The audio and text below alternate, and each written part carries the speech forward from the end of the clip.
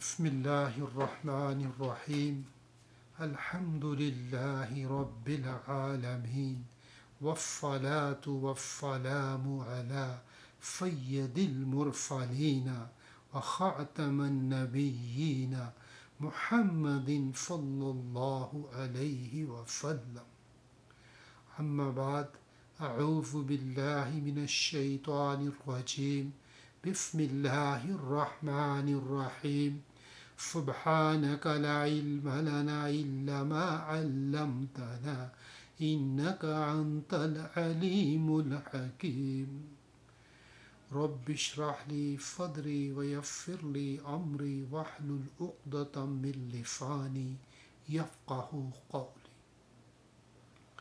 Assalamu alaikum wa rahmatullahi wa barakatuh. Inshallah, today we will learn about the ayat number 4 of Surah Al-Fatiha. First I will recite. أعوذ بالله من الشيطان الرجيم بسم الله الرحمن الرحيم إياك نعبد وإياك نستعين. First we will talk about the tajweed. In case of the tajweed, there are few things are in this ayat. One is iyaka. On the ya there is shadda. When on the ya there is a shadda, it means that there are two ya there. One ya with sukoon and one ya with fatha. So we have to read one ya with sukoon, one with fatha. So always, which is the first letter with sukoon, it should be pronounced with the preceding letter. E. It should be unit with E. In one syllable. We have to make a one syllable with E. And after that, the ya, we have to pronounce after that. But after the ya, there is a alif is there. On this alif, there is no haraka there. But this alif will help when we read the ya. It will we get one elongation here. E first, one E, ya. In both ya should be pronounced here. And the other thing is, we have to pronounce ain. Ain, it should be properly pronounced here. From wast halak, the ain should be properly pronounced from the mid part of the throat. Again, iya there, kaif, light letter. It should be pronounced in a light way. After that, there is letter is seen there. The seen has the quality that we have to pronounce in a whistle-like sound. In a whistle-like sound.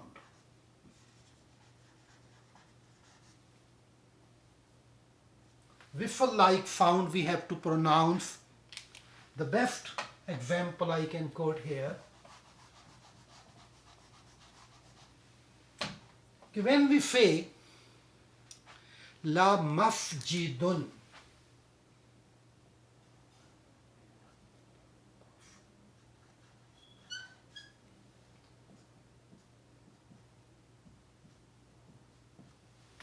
La masjidun. Yani when we are pronouncing the sin, there should be just like a whistling sound.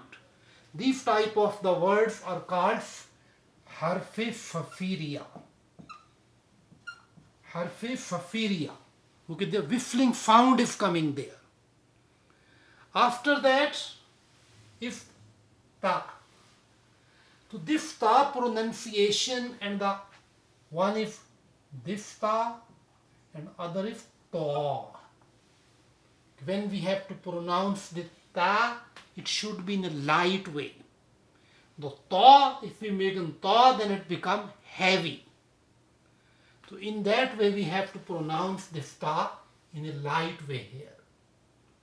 At the end, when we are making the stop at the end, so then it also become Madde Arif.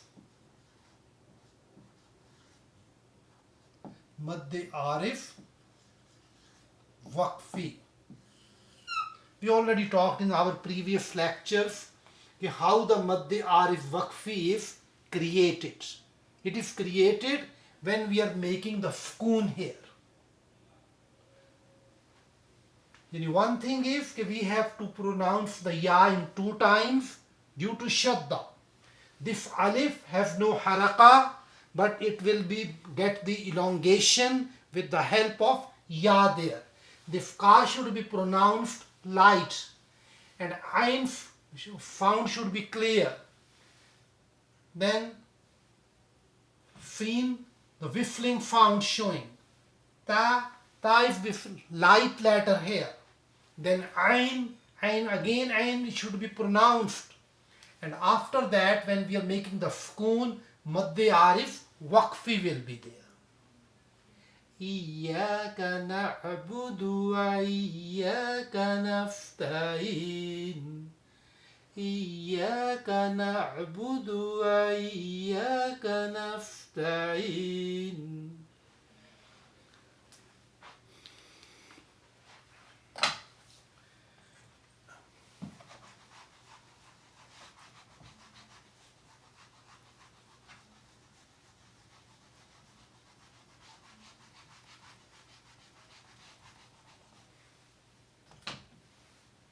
Now we can talk about the grammatical analysis or sarfu nahav.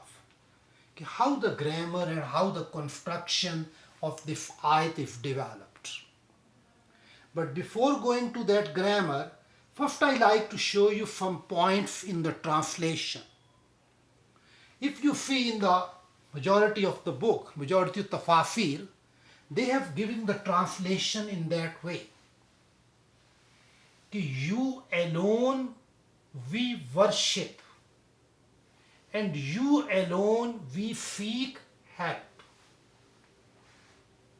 You alone we worship, and you alone we seek help. In this whole construction, which is this translation, if English translation is here, I like to give you mainly keep an eye on the 2 points. One point is here, alone. How the meaning of alone is created here. And how the meaning of the seeking is created here. Okay, here we directly translate we worship. But here we say we seek help.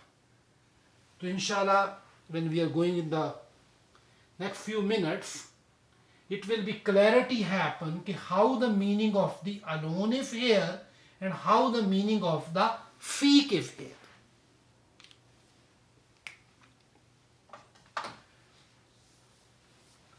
As concerned about there is one word is here, na'budu. Na'budu, worship. It is a fail.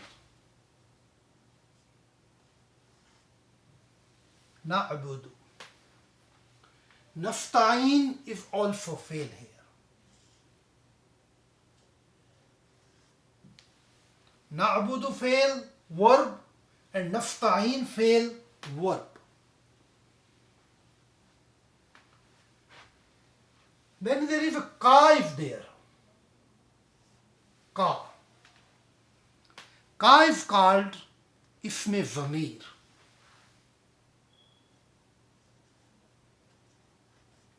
Isme zamir. In English, we call pronoun. Then there is again ka is here. ism zamir. Wife here, the wife harf atf.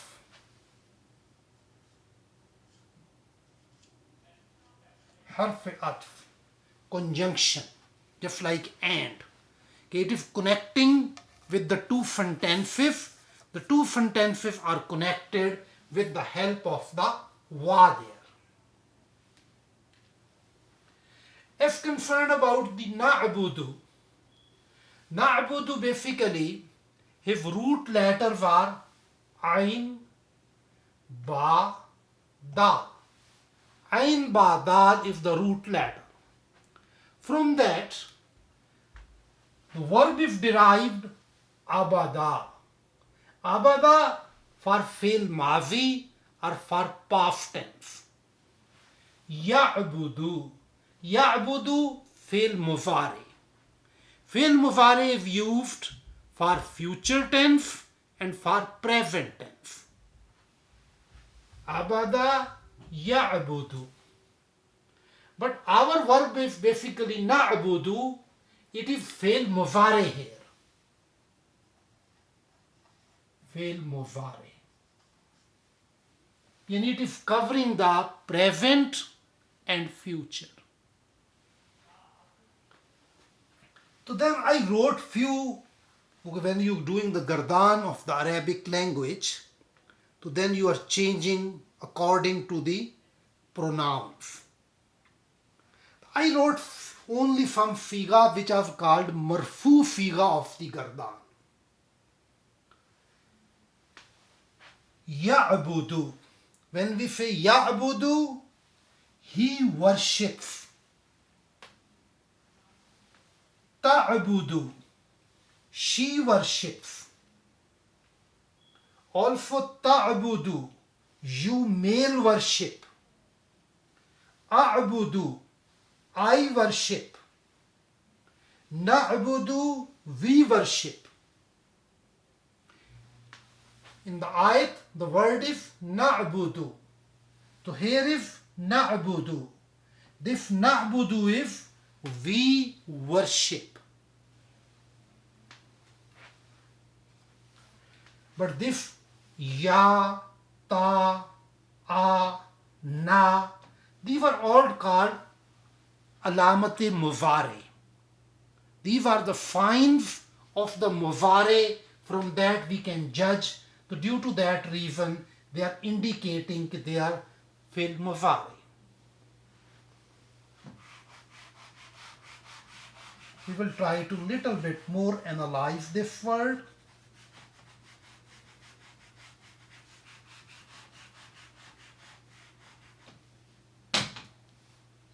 This is written here, na'budu.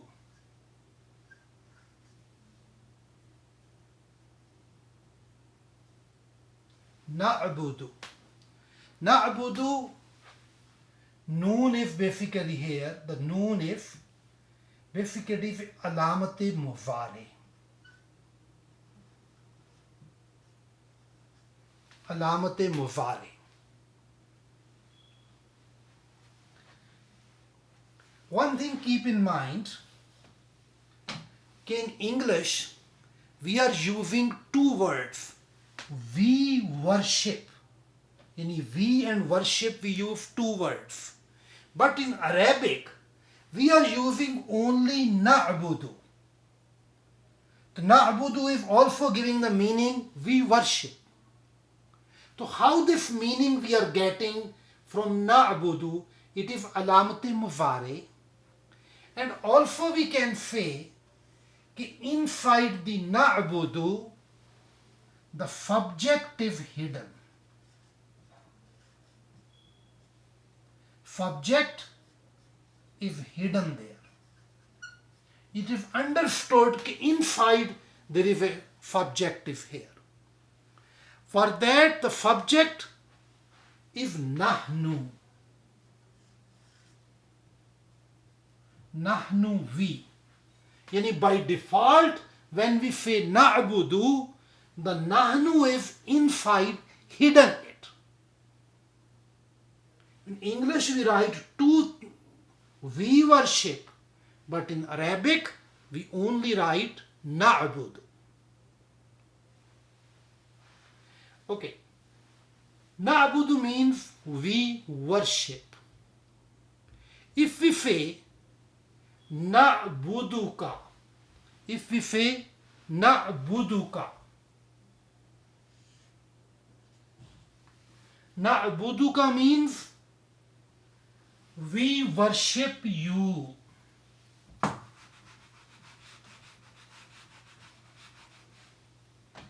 Na'buduka, we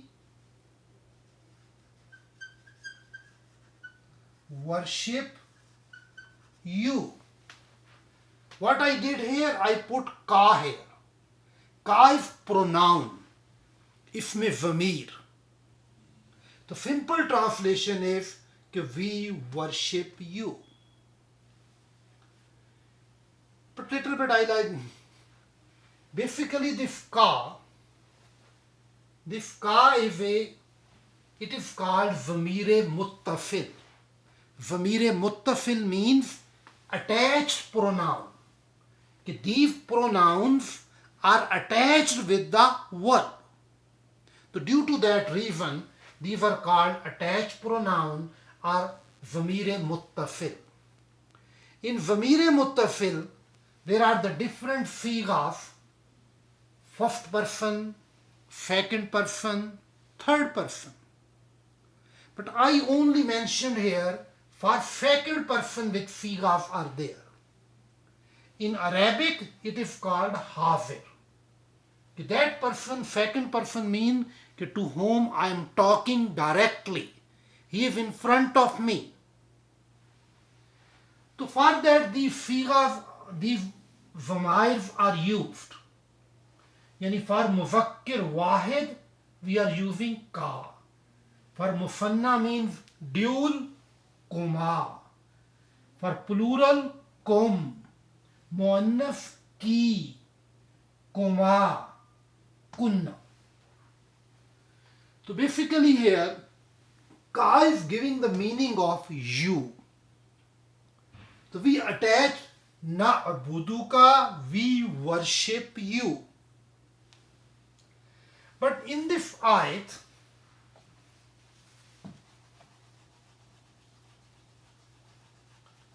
this zamir is not attached with here. This zamir is not attached, but instead of the attachment there, this zamir is written here. Ka. But this ka cannot survive alone. Okay, basically this ka is attached pronoun. It is attached with the verb. So for to give the stability to this kaf, the word iya is added there.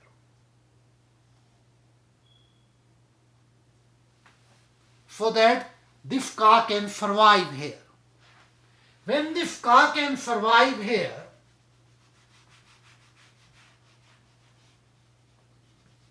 so in that way this construction becomes iyyaka na'budu. This iyyaka na'budu construction, in Arabic language, there is a special rule. It is called hasr. Hasr. Hasr means we are showing some importance and also we are limiting and restricting the activity. It is also called exclusivity. Exclusivity.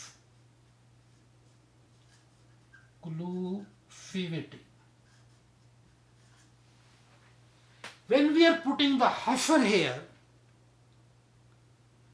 a little bit keep in mind the first three ayat we already read of the Surah Fatiha. Alhamdulillahi Rabbil Alameen, Ar-Rahmanir Rahim, Maliki Yawmiddin.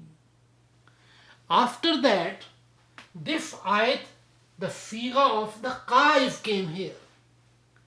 Yani ka means Allah is in front of you. This word is used for ka here. When we are doing the hafar has given the two objectives here for the hafar. The one objective is that we have to give more importance to the you. Previously we translated na'buduka, we worship you. I added the you at the end. But when the kaf, when the pronoun is gone at preceding situation, then you have to not translation this way, we worship you. Then you have to say you. Basically we are giving the more importance to this pronoun. So due to that reason, we are writing here you. Also the other meaning of the hafar is, first thing is we are giving more importance in the sentence, not our worship, but we are giving main importance you. You means Allah. How this meaning is created? By hafar. The other thing is exclusivity. We are excluding the other things here. We are restricting our area. What we say? You alone we worship. Due to hafar, two things are created here. First thing is we give more importance to Allah Jalla Shanahu. The word you is coming first. And after that exclusivity we do you alone. You alone we worship. So mashallah, it is the special configuration in the Quran. In that way, Iyyaka na'budu, when we say, it means you alone we worship. In that way you understand how the word you came here, how the word alone came here.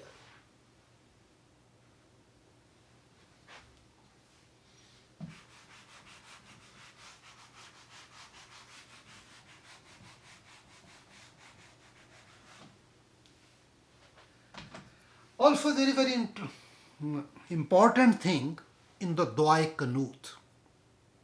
When we recite the Dua Qanut, we are using these words in the Dua Qanut. Allahumma inna nafta'inuka wa naftaghfiruka. In this situation, you can see here that ka is attached here. Word is nafta'in, ka is attached with it. Naftaghfiruka, ka is attached with it. But also in the Dua Qanut, we are saying Allahumma iyyaka na'budu. This configuration, which configuration if came in Surah Fatiha, iyyaka na'budu, you alone we worship. The same construction is in the Dua Qanut we say, O Allah, you alone we worship, iyyaka na'budu. But when we are translating this part, Allahumma inna nafta'inuka, so then we say, O Allah, indeed we seek help from you. We seek forgiveness from you. Then we are putting the you after that.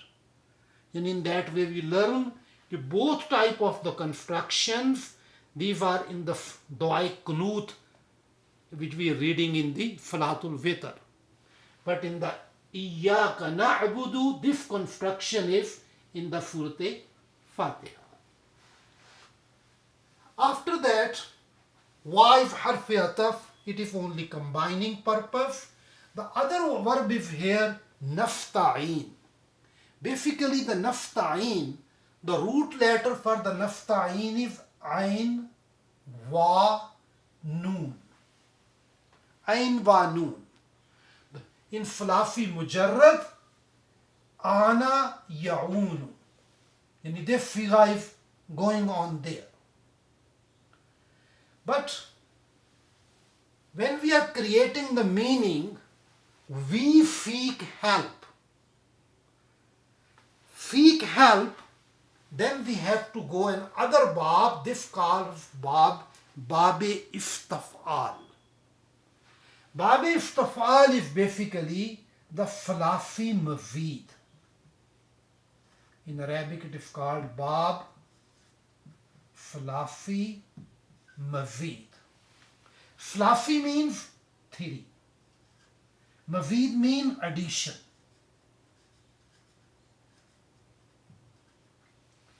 To convey our meaning, we have to, some additional letters we have to add in that verb. So what we did, then we are doing this ifta. Alif, Feen, Ta. We are prefixing with that. Previously it was Ana, so we made Ifta'ana. Yafta'inu.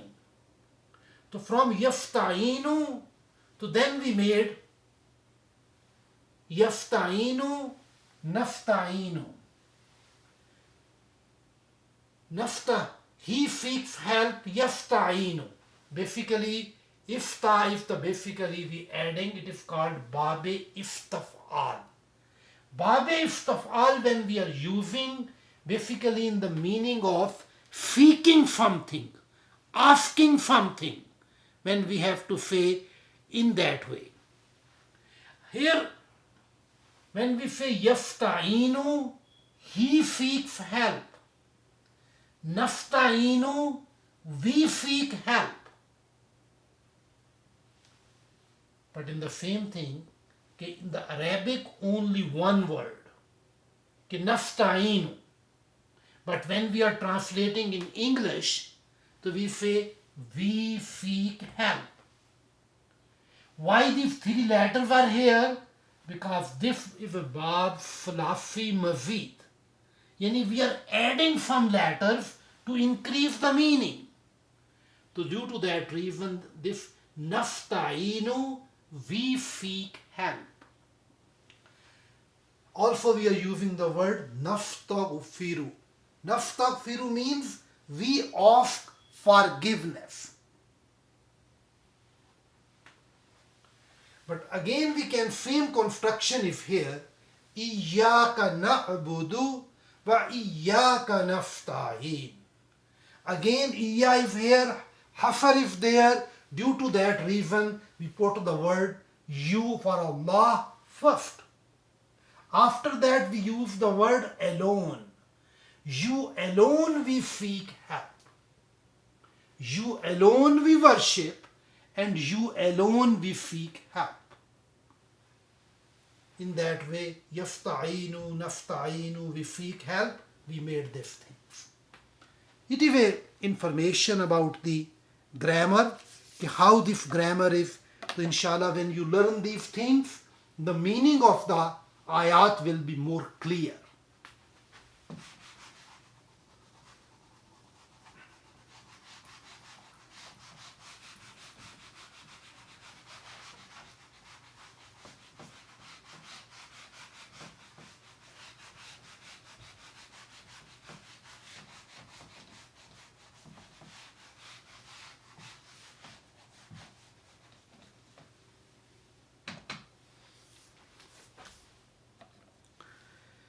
Today basically we already talked about tajweed, we already talked about the grammatical analysis.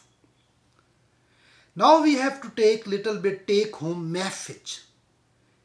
What is the take home messages? The take home messages today is mainly the importance of this ayat.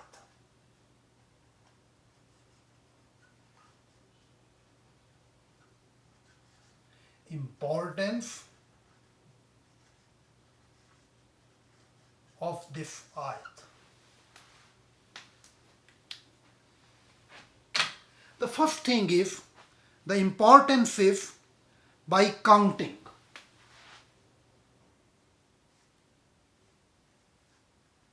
By number or by counting.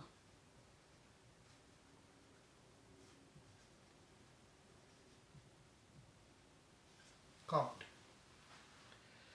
Surah Al-Fatiha has total 7 ayats. We already studied 3 ayat. Alhamdulillahi Rabbil Alameen, Ar-Rahmanir Rahim, Malik Yawmiddin.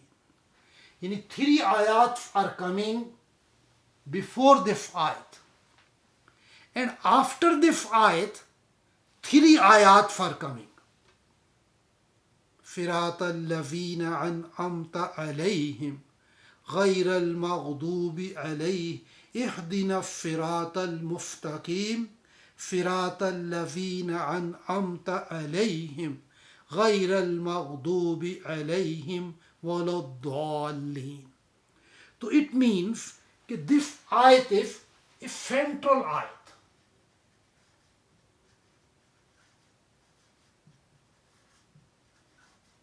By the counting, simple counting, this ayat is the central ayat of the Surah Al-Fatiha.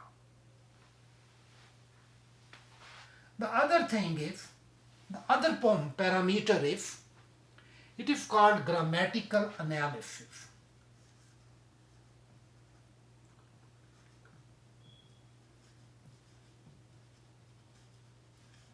Grammatical analysis, also in Arabic it is called Nahwi Tarkib. On the basis of Nahwi Tarkib, how the difference is that. When we talked in the last class, Alhamdulillahi Rabbil Alameen, Ar-Rahmanir Rahim, Malik Yawmiddin. These are 3 ayat, but according to the grammar, it is only one jumla.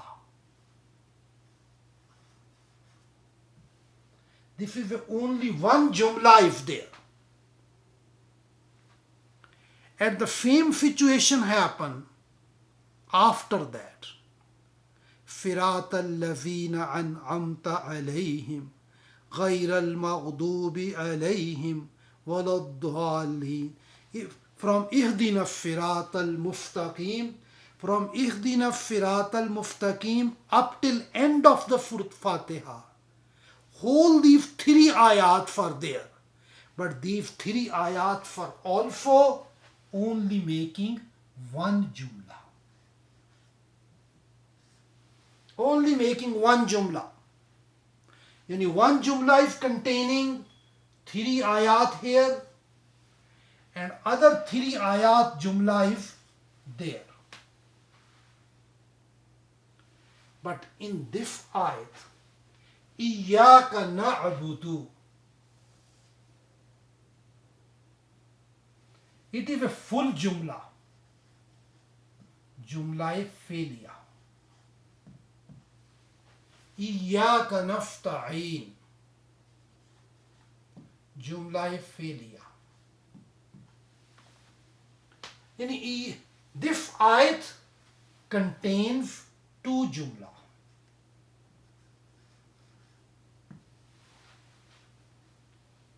In first 3 ayat of Surah Baqarah is only one jumla, one sentence, according to the grammar. And the last 3 ayats have only one jumla, one sentence. But this ayat has contained 2 jumla failure, 2 types of the jumlas are there. And these 2 jumlas have also very much importance there. Now we can go third. What is the third parameter we can say about the theme or the topic? Theme or the topic. What is the importance of that in whole surah about this? Basically, the first part of that, Iyyaka na'budu. Iyyaka na'budu is related. This Iyyaka na'budu is related to first three ayats. Related to first three ayats. You alone we worship. To whom we worship? Alhamdulillahi Rabbil Alameen. Ar-Rahmanir Rahim. Malik Yawmiddin. And the other part, this part, Iyyaka nasta'een. Iyyaka nasta'een is related to the last three ayats.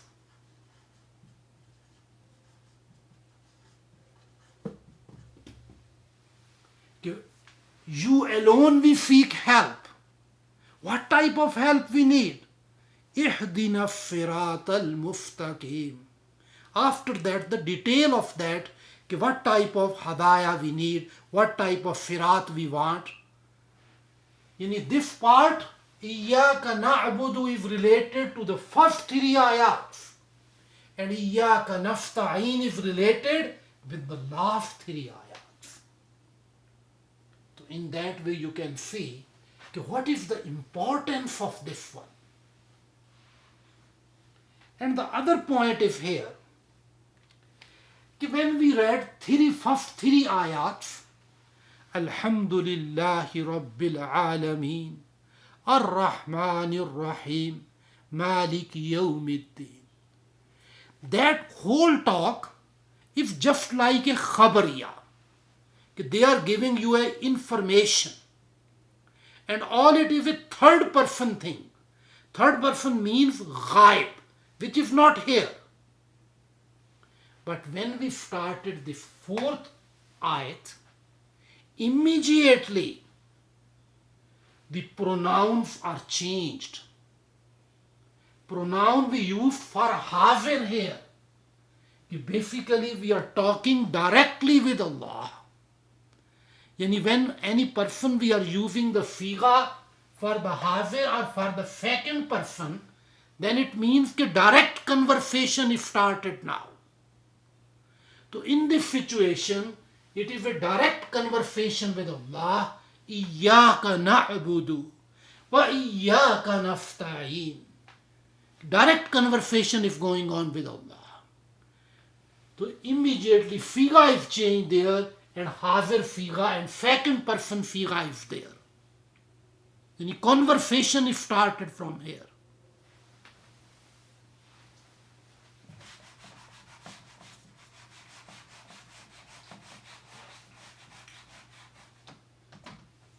There is a very famous hadith Qudsi. In hadith Qudsi, there is a long hadith Qudsi.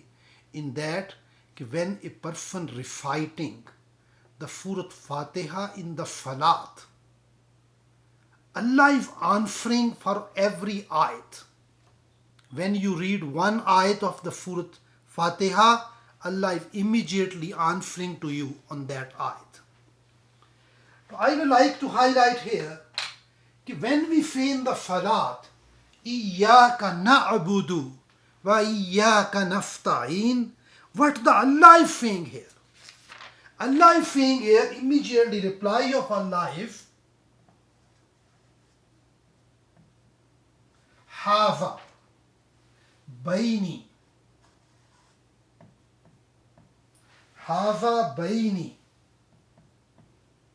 Hava baini wa baina abdi.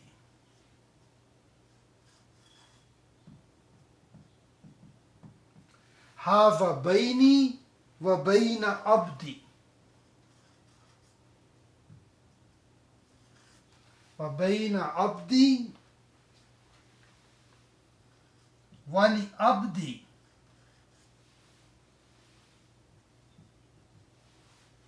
وَلِأَبْدِ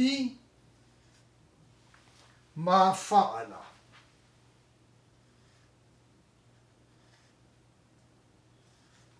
ما فعل. هذا بيني وبين عبدي. This is between me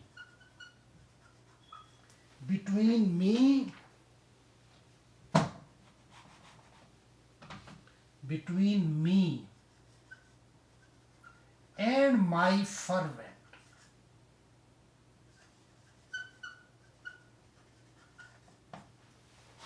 Yani Allah is saying, Hava baini wa baina abdi. When we say, Iyaka na'budu. This is the talk, this is the conversation, is between me and my servant. For the remaining part, Wali abdi ma fa'ala. And my servant,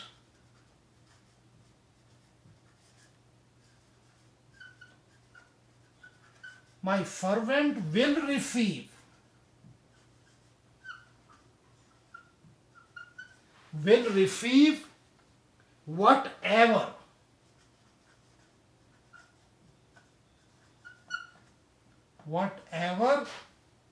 he asked for.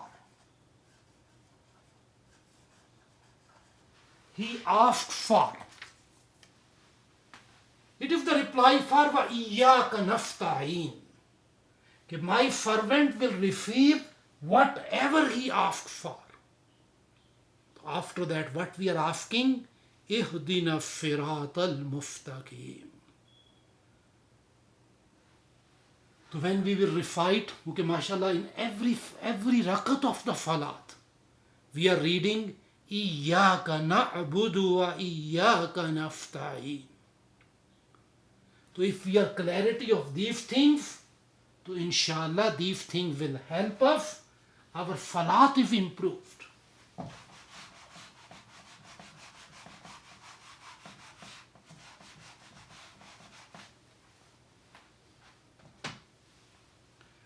And also the scholars say, and some scholars have this opinion, the opinion is that Surah Al-Fatiha is the summary of the whole Quran.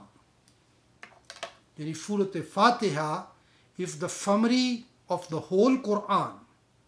And Iyyaka na'budu wa iyyaka nasta'in is the summary of the whole Surah Al-Fatiha.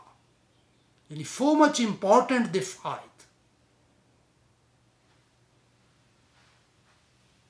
We have to always ask from Allah, Allah will give real understanding of Iyyaka na'budu wa iyyaka nasta'in, so that we will be successful in this world and hereafter.